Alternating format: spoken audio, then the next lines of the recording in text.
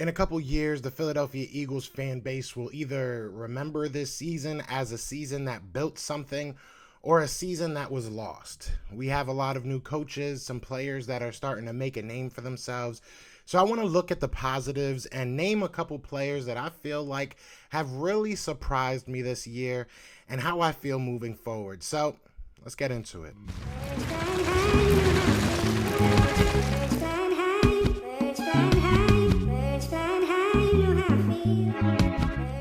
What's going on, you guys? It's your boy Joe Castro, aka Philly Fresco, and it is Philly Philly the podcast. So, like I said, I want to go over a couple of the guys on this team that have really stood out to me, really surprised me this year. Some of the names might surprise you as well because you'll probably look at them and be like, "You're surprised by this?" But I'll explain why. So, listen, before we get into that, please do hit that subscribe. We're less than 100 away from 3K.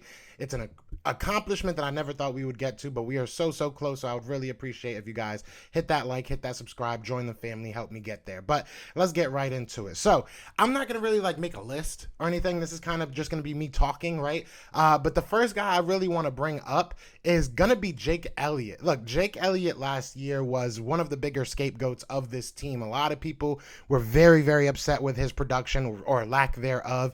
I made excuses saying that maybe it was because Doug Peterson just never wanted to kick the ball. Maybe he was out of rhythm. Maybe he, just had a bad year. I don't know. But this year, he has been as close to perfect as we can ask for. He's went out there, I think, hit all of his extra points on field goals, hasn't missed many. Can't tell you off the top of my head, but every time I go out here now, I'm looking at Jake Elliott and I'm like, all right, I can live with this guy. This is the guy that we wanted for the longest of time. So I'm very excited to see how Jake Elliott is continuously progressing and continuously getting better, living up to that big contract that we gave him. Jake Elliott deserves all the kudos, all the mentions in the world. He's went out there and performed well beyond what we all expected, in my opinion. I don't think any of us thought he would be on the Pro Bowl level this year, and honestly, he is. And another guy I want to talk about, I want to stay on this special teams because, listen, we had him on the show, and that's not why I'm saying this, but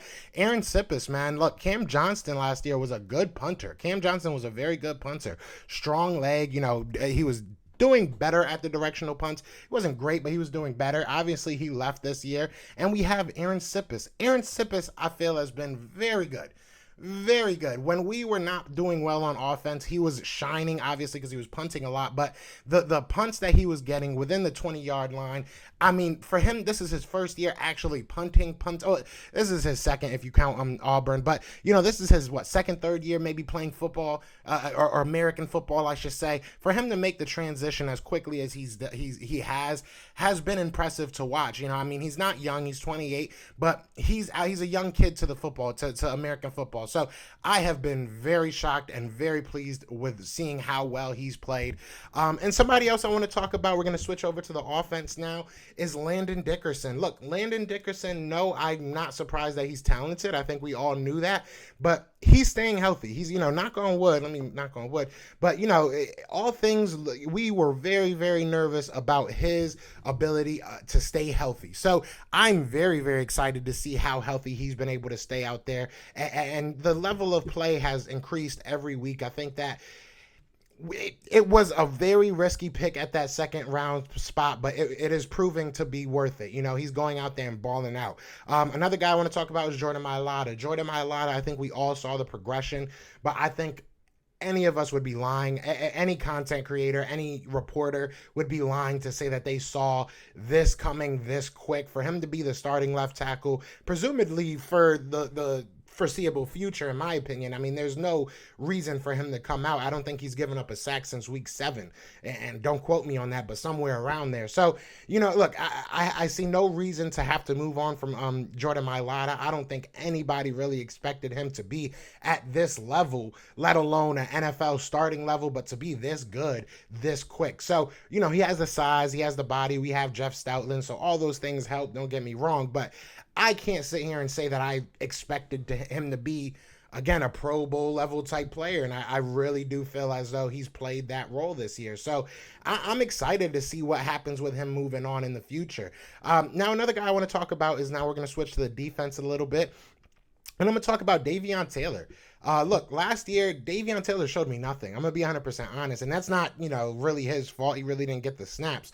But this year, you saw it quick. You saw it early. We had a lot of reporters on during the preseason, during the offseason, and a name that continuously came up was Davion Taylor. Davion Taylor was working with the ones, all through preseason until he got hurt. So it kind of, derailed his progression a little bit, but now he's back out there. Now he's hurt again. But, now that he's getting more snaps, it looks like he can be somebody we can build around. He has the speed, he has the athleticism, and he's got a little bit of pop to him. Speaking of pop, we got Michael Jackson as one of our linebackers, because real talk, TJ Edwards is the king of pop. TJ Edwards goes out there and nails people. So I've been very, very impressed with TJ Edwards. Davion Taylor, I saw some of the talent earlier on in the year, and I saw it coming kind of. Shout out to Brandon. Shout out to Brandon Jordan, my co-host. He really was high on TJ Edwards. And TJ Edwards is showing every single reason why. I feel like he's getting better every week. I still feel like he's a liability in pass coverage, but I think he's getting better. So he's very, very much impressed me, right? I'm very, very impressed with him. Now, staying on the defense, I'm going to kind of group a whole group together, and I'm going to talk about the secondary. I think this whole secondary has surprised me, with the exception of Anthony Harris. I think Anthony Harris has surprised me, but not in a good way. Anthony Harris has been kind of buns, if I'm being 100% honest.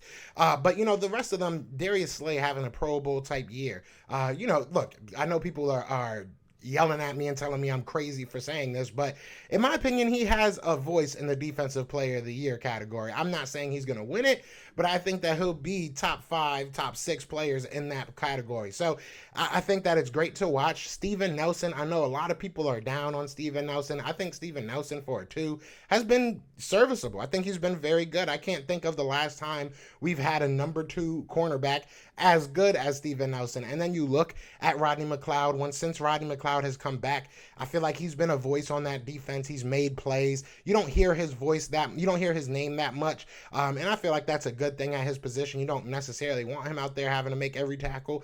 But he's been playing good, in my opinion. Not amazingly, but he's been playing well. And then Avonte Maddox obviously got that bag this year. Avonte Maddox is a special player, in my opinion, when he's in that slot position.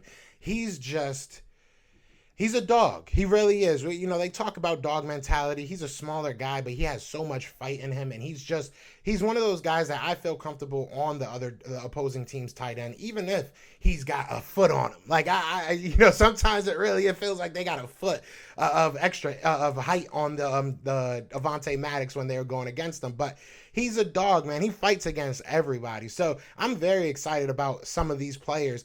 There's some bad parts, and you can fill in the blanks, the positional groups that I didn't necessarily mention. I'm not too excited about them moving forward. And I know one of them that you guys are all going to look at and be like, wow, I can't believe you said this, was Jalen Hurts. I still don't know what we have at quarterback. I still don't. I know a lot of people want to, say that they have their mind made up. Jalen's that guy. That's cool. I wish I could. I'm just not there yet.